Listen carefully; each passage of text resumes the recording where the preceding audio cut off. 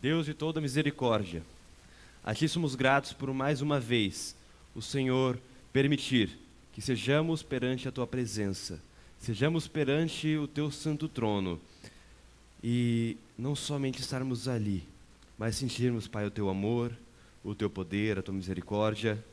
Neste momento levantamos nossa voz em oração, pedindo que o Teu Santo Espírito faça habitação em cada um de nós e se faça presente nesta manhã dentro dessa igreja. Pedimos a Tua guia, pedimos a Tua destra em nossa vida, e é em nome de Jesus que suplicamos e pedimos, Pai. Amém.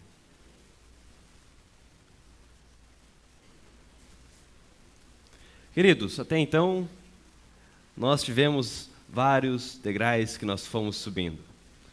E hoje, enfim, chegamos ao último ponto dessa jornada, à última mensagem dessa semana de oração. E nós trabalhamos sobre a origem do mal, sobre o surgimento do pecado dentro do planeta Terra. Vimos também como somos indignos e quanto carecemos da graça de Deus. Vimos também como Jesus se esvaziou, se tornando servo e se tornando homem, morrendo em nosso lugar. Vimos também como podemos responder ao amor de Deus, como podemos, de tal forma, vivenciarmos um cristianismo que não seja um cristianismo apenas de palavras, como podemos amar a Deus de verdade.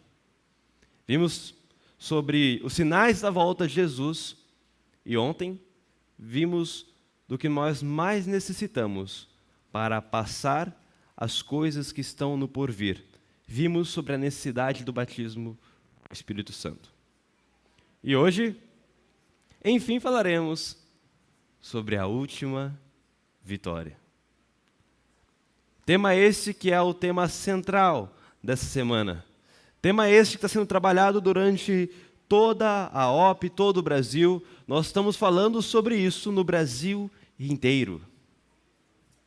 Estamos falando da última vitória. Mas se nós falamos de uma última vitória, é porque também estamos falando de uma última batalha. E eu peço que vocês abram a Bíblia de vocês em Daniel, no capítulo 12, versículo 1. Daniel, no capítulo 12, versículo 1. Nesse tempo se levantará Miguel, o grande príncipe, o defensor dos filhos do teu povo. Haverá tempo de angústia, qual nunca houve, desde que houve nação, até aquele tempo. Mas naquele tempo será salvo o teu povo, todo aquele que for achado inscrito no livro. Olha que interessante, o que seria esse levantar de Miguel? Por que Miguel se colocou de pé? Será que ele estava muito tempo sentado, ficou cansado? Por que Miguel se colocou de pé? Primeiro ponto. Segundo, que angústia é essa? Né? Que angústia essa que é falada ali, grande angústia?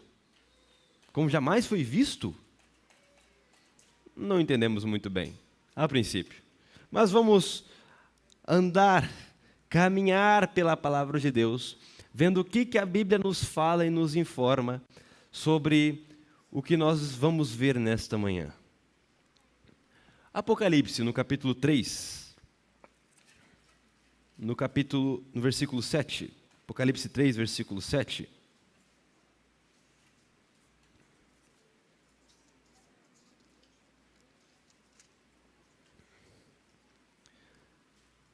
Apocalipse capítulo 3, versículo 7 e versículo 8.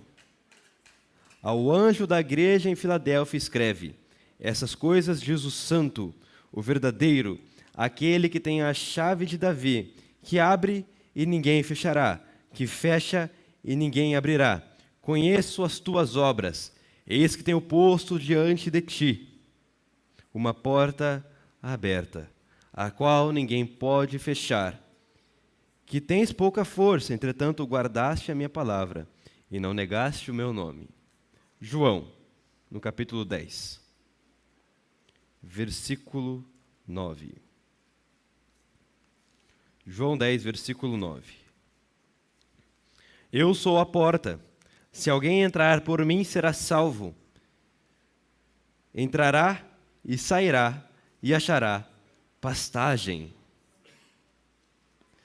Olha que interessante, nós vimos no capítulo 3 de Apocalipse, na igreja, a carta à penúltima igreja, que Deus colocará uma porta diante dos teus filhos, a qual ninguém poderá fechá-la. Mesmo que eles tivessem poucas forças, mas eles não aguardavam a palavra de Deus.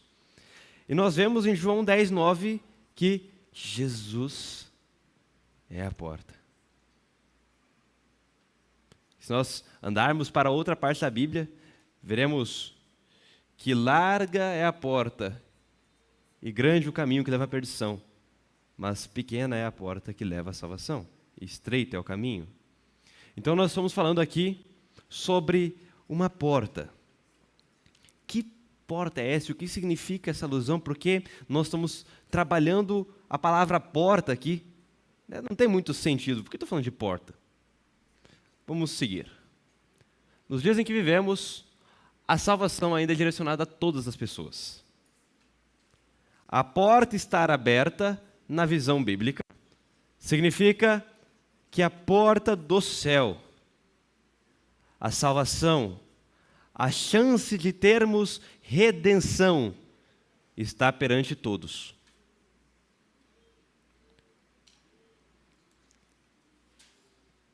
Aquele que crer e for batizado será salvo. Quando nós olhamos para a palavra de Deus, nós vimos que Deus morreu na cruz do Calvário, Jesus morreu na cruz do Calvário para garantir a salvação a todos aqueles que crescem em seu nome. João 3,16, porque Deus amou o mundo de tal maneira que deu o seu Filho unigênito para todo aquele que nele crê não pereça, mas tenha vida eterna. Mas Marcos 16,16 nos diz que a quem crer e for batizado, esse será salvo. Quem crer e for batizado será salvo. Porque o batismo, ele é uma reação à crença. Eu creio em Deus, eu aceito o sacrifício de Jesus, eu aceito viver para Jesus, então eu me batizo. Então eu me batizo. Isso faz parte do processo de salvação. Afinal de contas, se não fizesse parte, não estaria incluso. Quem crer e for batizado será salvo. Se fosse apenas crer, por crer, falaria, quem crer será salvo. Mas a Bíblia não trabalha dessa forma. Não está passando aqui. Agora foi. Mas esta porta, que nem eu falei para vocês, não permanecerá aberta para sempre. Haverá um momento onde ela se fechará. Porque se a salvação está aberta para todos, se a salvação ela é uma dádiva a todos, se a morte de Cristo foi por todos, mas nós estamos falando de uma porta, toda porta ela tem uma função. Ou permitir a passagem de algo, ou impedir a passagem de algo. Se a porta que Deus colocou na sua frente está aberta neste momento, porque a salvação sim está aberta a todos, e quando eu falo a todos, estou falando sim, a todos. A aquelas pessoas piores, como nós vemos lá no caso do Hamas, que mataram, esquartejaram, assaram crianças no forno, pessoas como essa, que aceitarem a Cristo como seu Senhor e Salvador, e mudarem de vida, até essas pessoas das mais piores que existem, a salvação está disponível a elas. Então, sim, nós temos uma porta aberta nos dias de hoje para que todos se salvem. Para que todos se salvem. Mas essa porta um dia se fechará. Afinal, é uma porta. Estamos falando de algo que tem função. Passar ou inibir a passagem. Vamos para Apocalipse, no capítulo 22.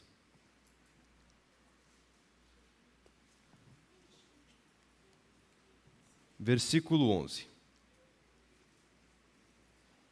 Apocalipse 22, versículo 11.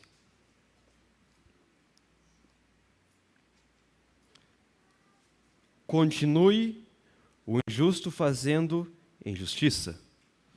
Continue o imundo ainda sendo imundo. O justo continue na prática da justiça. E o santo continue a santificar-se. Amós.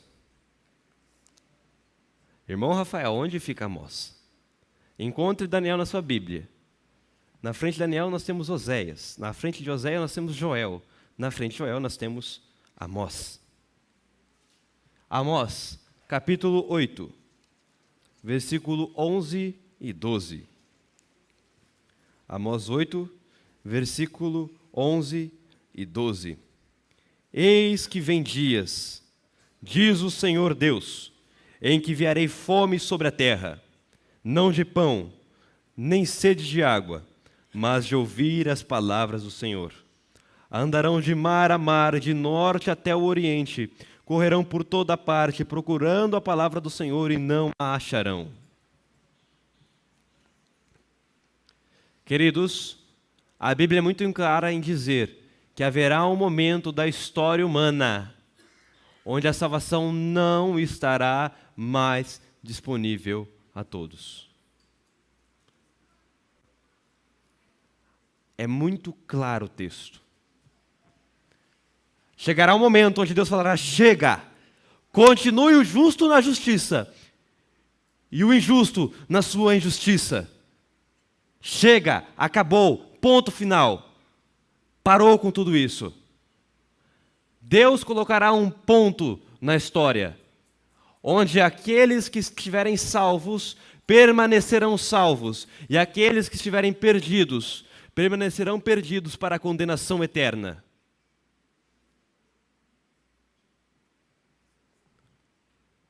E quando nós olhamos para Apocalipse no capítulo 7,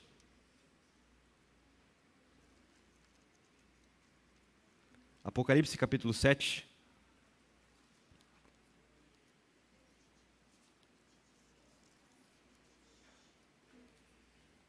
versículo 1 em diante.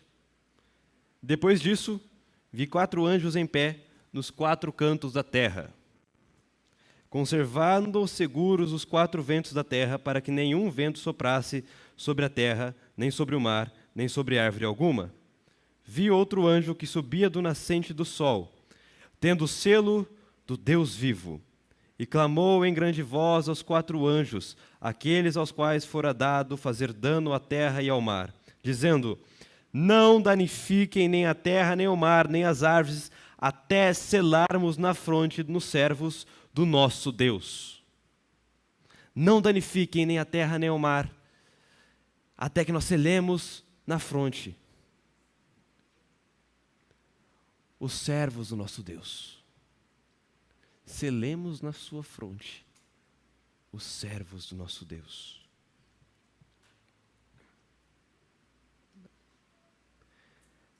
O que seria isso?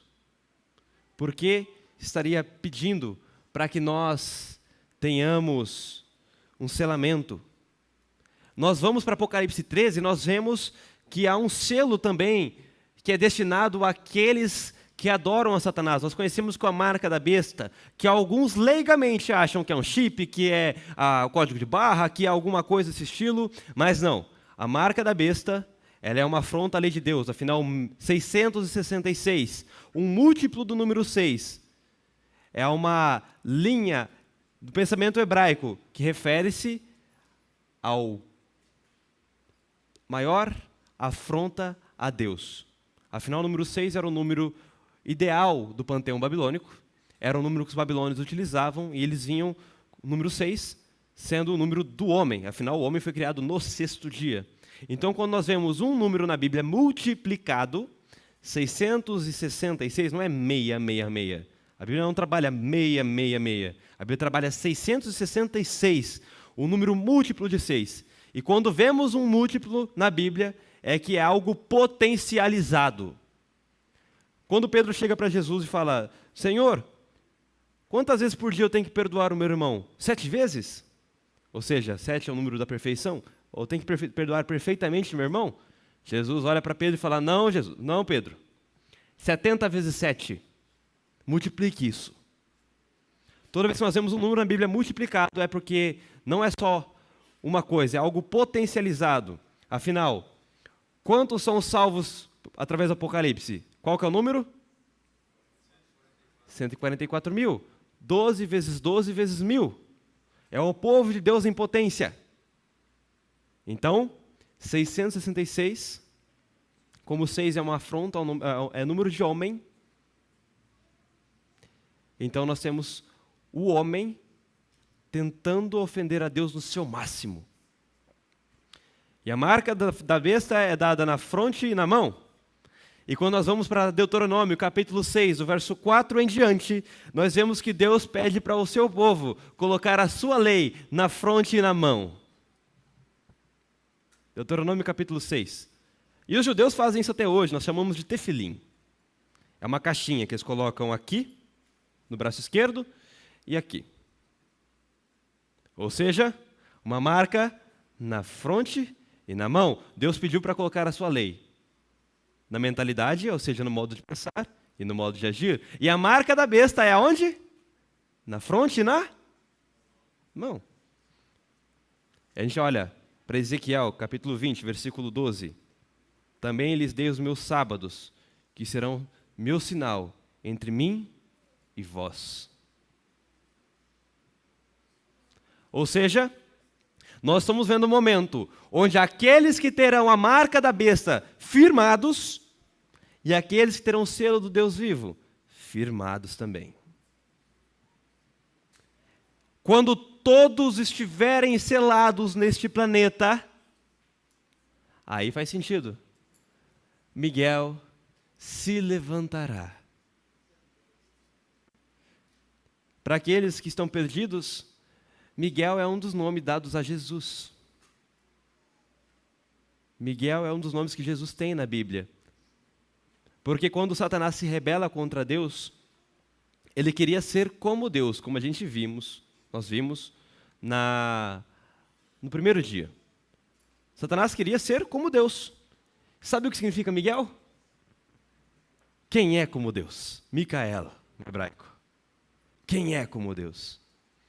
É um dos nomes que Jesus tem. Miguel. Então, quando Daniel 12:1 fala que Miguel se levanta, nós temos Jesus se levantando. Jesus se levantando. Por que Jesus se levanta? O que isso significa? O que isso nos mostra? Antes de falar sobre o levantar de Cristo, vamos entender por que falado de angústia. Tal qual Jacó passou por uma angústia que é indescritível quando ele ia de encontro a Esaú. Ele até lutou contra Deus nesse período, onde seu nome foi mudado para Israel, aquele que luta com Deus e prevalece. Tal qual Jacó ficou angustiado, não sabendo se ele seria poupado, não sabendo que ele permaneceria vivo. Essa angústia que Jacó passou a noite inteira em oração, também uma semelhança daqueles que viverão nos tempos finais. Jeremias, capítulo 30. Jeremias, capítulo 30.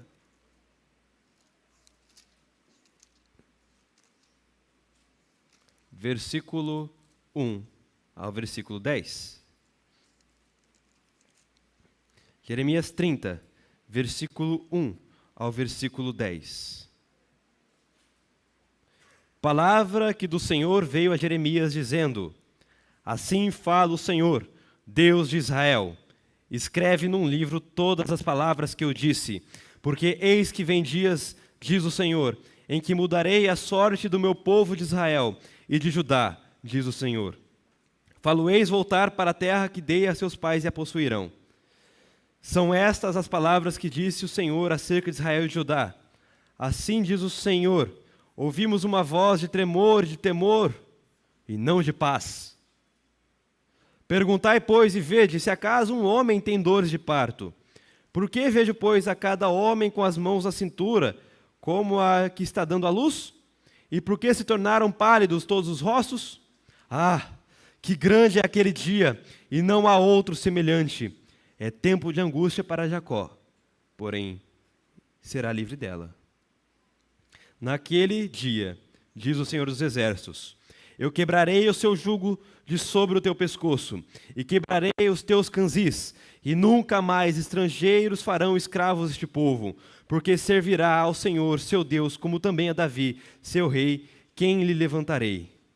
Não temas, pois, servo meu, Jacó, diz o Senhor, nem te espantes, ó Israel, pois eis que te livrarei da terra de longe e a tua descendência da terra do exílio.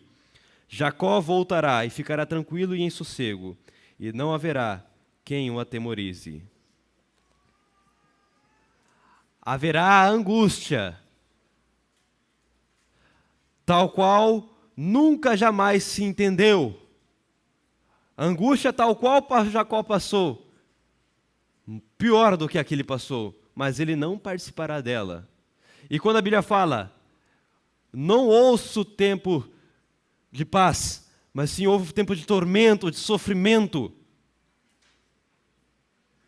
Isso que é a angústia que a Bíblia fala.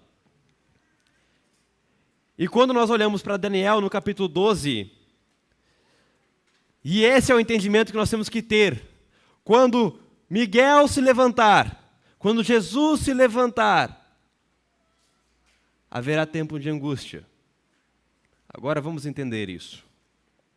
Em Daniel, no capítulo 9, capítulo 8 e 9, nós temos algumas profecias que são dadas. No capítulo 9, nos dizem que 70 semanas são cortadas sobre o povo. Essas semanas que são cortadas de uma outra profecia de Daniel no capítulo 8, chamada de profecia das 2.300 tardes e manhãs. E Daniel 9 nós entendemos que essas profecias, tanto as 2.300 tardes e manhãs, quanto as das 70 semanas, elas se iniciam a partir do decreto de restauração de Jerusalém. E esse decreto de restauração de Jerusalém, vamos ver se vocês estão craques em profecia, é dado no ano 457 a.C. Artaxerxes dá a ordem de restauração do templo. É a ordem mais completa. Se nós pegarmos da ordem de restauração do templo de Jerusalém, 69 semanas, dá 483 anos. Nós chegamos ao ano exato do batismo de Jesus, no ano 27 da nossa era, da Era Comum, 27 depois de Cristo. É claro que fala assim, mas espera aí, Rafael, se pegar 457 e somar 483, dá 26. É porque nós contamos o ano zero, não existe ano zero na história. Então conte mais um. 27, Jesus se batiza. Exatamente 483 anos após a restauração do Templo de Jerusalém. A ordem de restauração. A profecia trabalha com tempos exatos. 3 anos e meio depois, no ano 31, Jesus é crucificado. É morto. É feito cessar do sacrifício do santuário. O Cordeiro de Deus pendeu na cruz do Calvário e disse, está consumado. Passam-se 3 anos e meio depois, 2 eventos marcam o apedrejamento de Estevão e a conversão de Paulo. E a partir de então o evangelho começa a ser pregado a todos os povos. Cumpre-se então a profecia das 70 semanas de Daniel, capítulo 9. Mas a contagem não para. Afinal de contas, nós estamos pensando em 2.300 tardes e manhãs, ou seja, 2.300 anos.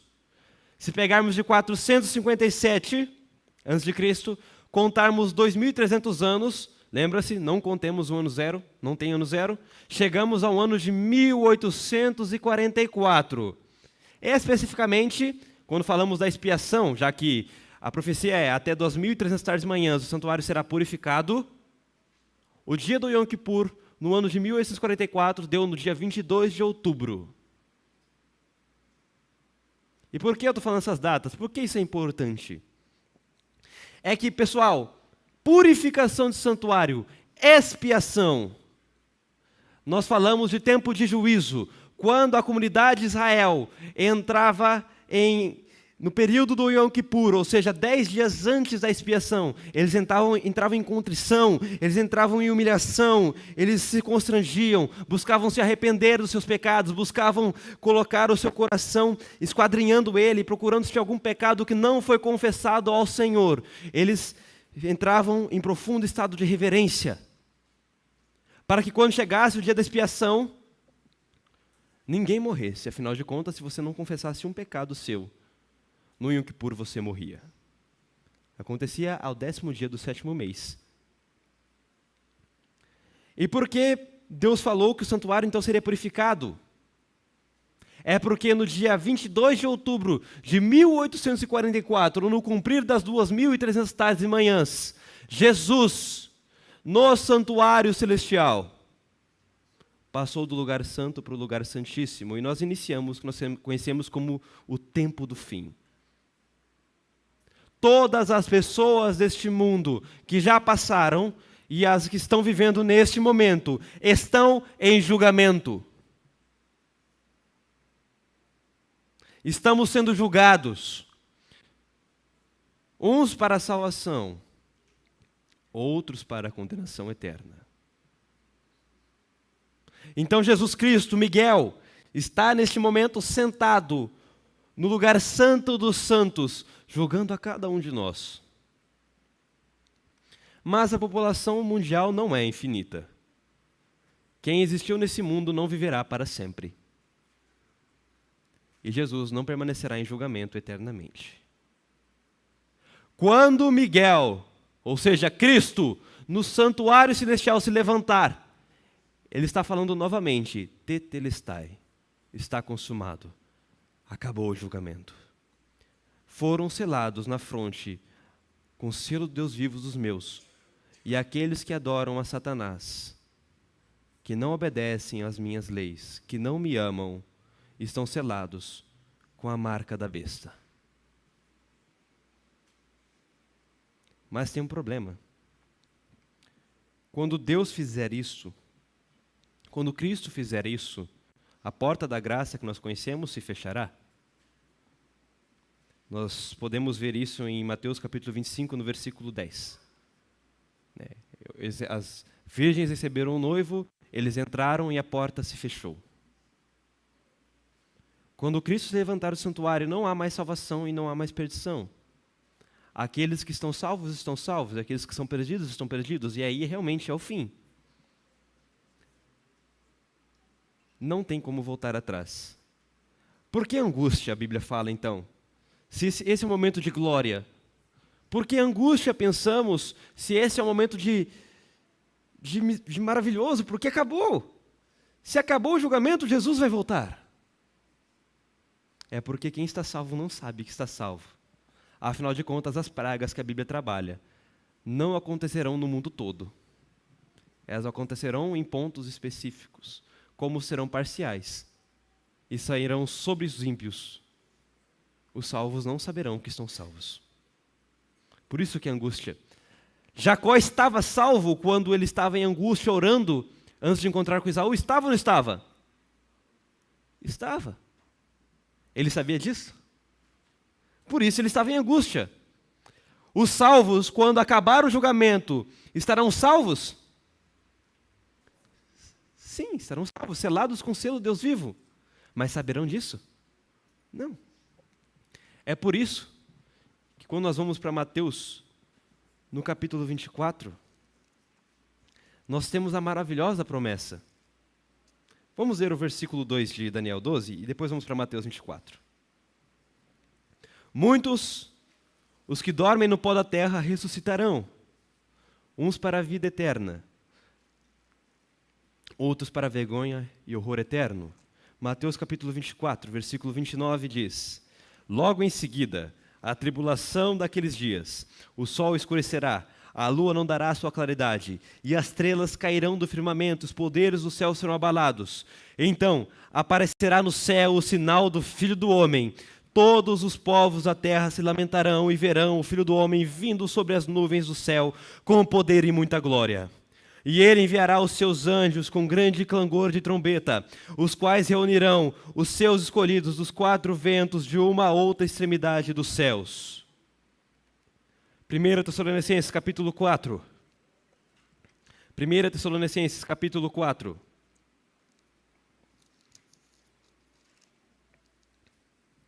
Primeira Tessalonicenses capítulo 4, versículo 13 em diante. Não queremos, porém, irmãos, que sejam ignorantes com respeito aos que dormem, para não vos entristecerdes como os demais, que não têm esperança. Pois se cremos que Jesus morreu e ressuscitou, assim também Deus, mediante Jesus, trará em sua companhia os que dormem. Ora, ainda vos declaramos por palavra do Senhor isto: nós, os vivos, os que ficarmos até a vinda do Senhor, de modo algum precederemos os que dormem. Porquanto o Senhor mesmo, dado a sua palavra de ordem, ouvida a voz do arcanjo e ressoada a trombeta de Deus, descerá dos céus e os mortos em Cristo ressuscitarão primeiro. Depois nós, os vivos, os que ficarmos, seremos arrebatados juntamente com eles entre as nuvens, para o encontro com o Senhor nos ares. E assim estaremos para sempre com o Senhor. Consolai-vos, pois, uns aos outros com estas palavras. Apocalipse 6. Apocalipse capítulo 6, versículo 12 ao 17. Vi quando o Cordeiro abriu o sexto selo, e sobreveio grande terremoto. O sol se tornou negro como saco de crina, a lua toda como sangue. As estrelas do céu caíram pela terra como uma figueira quando abalada por vento forte deixa cair os seus figos verdes. E o céu recolheu-se como um pergaminho quando se enrola. Então todos os montes e ilhas foram movidos do seu lugar. Os reis da terra, os grandes, os comandantes, os ricos, os poderosos e todos os escravos e todos os livres se esconderam nas cavernas dos penhascos dos montes. Disseram aos montes, aos rochedos: caí sobre nós, escondei-nos da face daquele que se assenta no trono e da ira do Cordeiro, porque chegou o grande ira, o dia da ira deles. E quem é que pode suster-se? No capítulo 21. Capítulo 21, versículo 1 ao versículo 8. Vi novo céu e nova terra, pois o primeiro céu e a primeira terra passaram, e o mar já não existe. Vi também a cidade santa, a Nova Jerusalém, que descia do céu, da parte de Deus, ataviada como noiva adornada para o seu esposo. Então vi grande voz vinda do trono, dizendo: eis o tabernáculo de Deus com os homens, Deus habitará com eles, eles serão povos de Deus, e Deus mesmo estará com eles. E lhes enxugará dos olhos toda lágrima, e a morte já não existirá. Já não haverá luto, nem pranto, nem dor, porque as primeiras coisas passaram. E aquele que está sentado no trono disse: eis que faço novas todas as coisas. E acrescentou: escreve, porque essas palavras são fiéis e verdadeiras. Disse-me ainda: tudo está feito. Tetelestai, está consumado. Eu sou o alfa e o ômega, o princípio e o fim. Eu, a quem tem sede, darei de graça da fonte da água da vida. O vencedor herdará estas coisas, e eu lhe serei Deus, e ele me será filho. Quando, porém, aos covardes, aos incrédulos, aos abomináveis, aos assassinos, aos impuros, aos feiticeiros, aos idólatras e a todos os mentirosos, a parte que lhes cabe será no lago que arde com fogo e enxofre, a saber, a segunda morte. A volta de Jesus, o retorno do nosso Salvador, é o fim de todos os males. É o fim de toda a dor. É o fim de todo o sofrimento. Sabe aquele ente que você perdeu? Se ele morreu em Jesus, lá você o reencontrará. Sabe todos esses heróis da Bíblia? Moisés, Elias, Enoque, esses três sabemos que estão nos céus. Mas Abraão, Adão, Davi, Pedro, João, Estevão, Paulo, sabem todos esses? Também encontraremos lá. Porque não importa, queridos, desculpe dizer isso, não importa nos preocuparmos com grande angústia, não importa nós enfatizarmos a grande angústia, porque quando Jesus se levantar no celestial, será o momento onde que o mal findará, onde que o mal se acabará, e a angústia durará por muito pouco tempo, para as coisas maravilhosas que poderemos viver ao lado de Jesus Cristo, nosso Senhor e Salvador. Amém? Mas lembre-se, aquele que for batizado, aquele que crer e for batizado, esse será salvo. És tu? Alguém que creu e for batizado?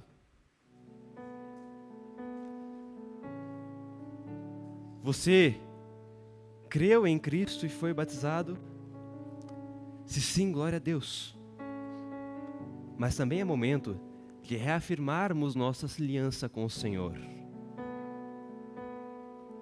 E se você ainda não foi batizado, se você ainda não desceu as águas, se você ainda não respondeu publicamente, Senhor, eu te amo, faz-me em mim um novo ser, eu creio em ti, eu aceito a sua salvação. Se você ainda não desceu as águas do batismo, agora é o momento de aceitar o chamado de Cristo e aceitar o batismo do Senhor. Isso não será agora, isso não será em um momento que será feito no estalar de dedos. Nós iremos te auxiliar, nós iremos te preparar, mas se há alguém aqui que ainda não foi batizado, se alguém que ainda não respondeu ao Senhor, batizado, imerso nas águas, morrendo para esse mundo e renascendo, ressurgindo assim tal qual Cristo ressuscitou no domingo da ressurreição, ressuscitando para uma nova vida, ressuscitando para um novo viver, morrendo de vez para o pecado. Se você ainda não fez isso, agora é o momento. Agora é o momento. Mesmo se você foi batizado ou não, você deseja afirmar esse propósito com Deus? Sim ou não? Glória a Deus. Glória a Deus. Queridos, as angústias que passaremos, as dores que sofreremos, não são nada comparados com o céu. Não são nada comparado com o que Cristo preparou por cada um de nós. A vida neste mundo não vale nada. A vida neste mundo não tem valor. A vida neste mundo é lixo. Vivenciarmos nosso trabalho é lixo. Vivenciarmos para as pessoas esse mundo é lixo. Devemos viver unicamente para Jesus Cristo, anunciando o seu evangelho, vivendo para Deus, orando ao Senhor, abandonando todos os nossos gostos, todas as nossas vontades, todos os nossos desejos. Se eles forem contra a vontade de Deus, devemos abandoná-los e acabá-los por fim. Porque viver para Cristo não é uma vida vazia. Viver para Cristo é viver eternamente ao lado do nosso Salvador, que tanto nos amou e morreu por nós na cruz do Calvário. Lembrem-se, queridos, Miguel se levantará muito em breve. O julgamento dos justos e dos perdidos acabará. Passaremos por uma grande angústia. Será a última batalha que nós, os filhos de Deus, travaremos. Mas também, essa será a última vitória. Última vitória porque o mal acabou. Última vitória porque não mais luta haverá. Última vitória porque não mais pranto haverá. Última vitória porque Cristo morreu na cruz do Calvário e agora recebeu o prêmio. Levou cada um dos seus filhos para o céu, para viverem eternamente com eles. Quem crê nisso diz amém. Que nós possamos desfrutar da última vitória ao lado de Deus. O irmão Ivo vai trazer uma mensagem neste momento. Que vocês reflitam em seu coração e possam dizer: Senhor, não importa as dores desse mundo, quero viver ao teu lado e vivenciar contigo o céu. -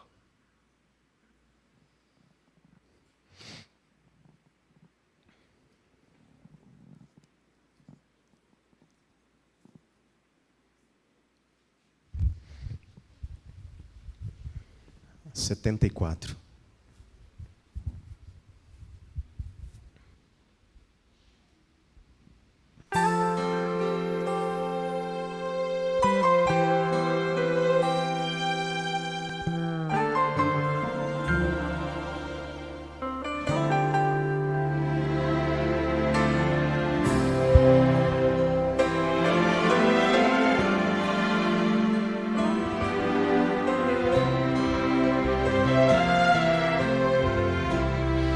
Há uma luta em teu viver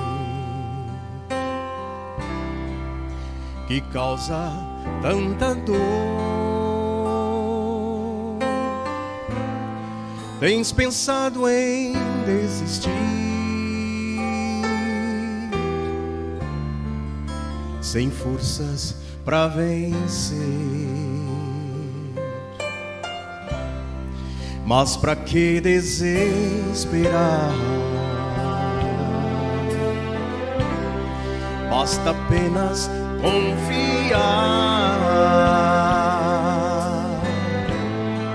Com seus braços de amor, Jesus fará de ti mais que vencedor. Se a vida lhes trouxer tristeza e pesar,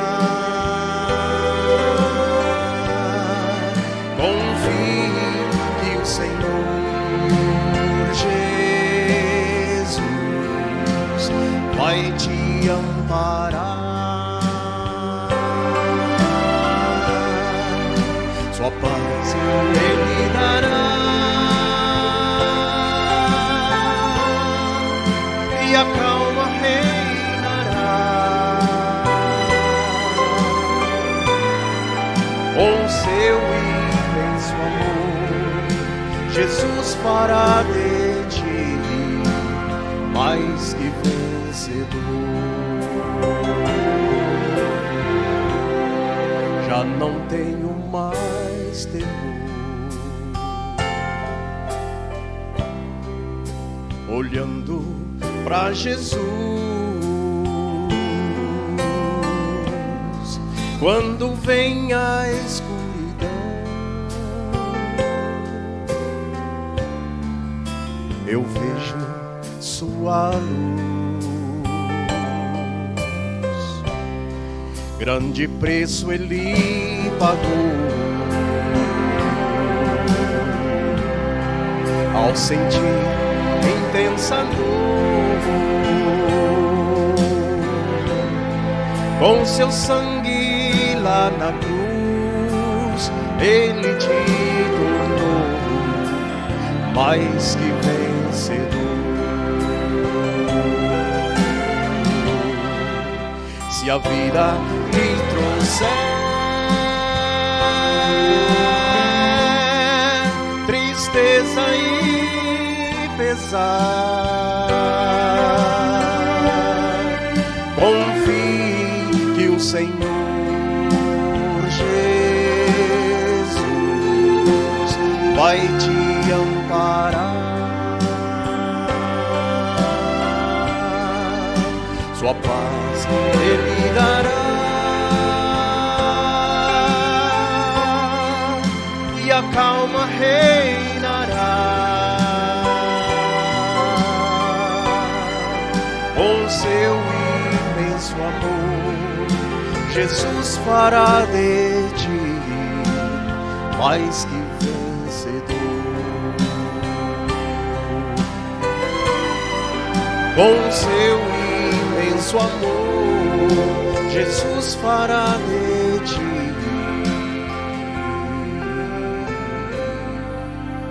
mais que vencedor.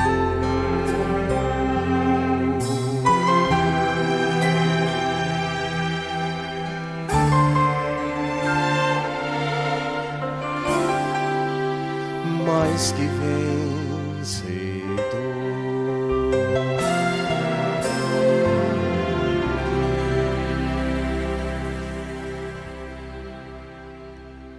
Então ouvi grande voz vinda do trono, dizendo: o tabernáculo de Deus com os homens, Deus habitará com eles, eles serão povos de Deus, e Deus mesmo estará com eles.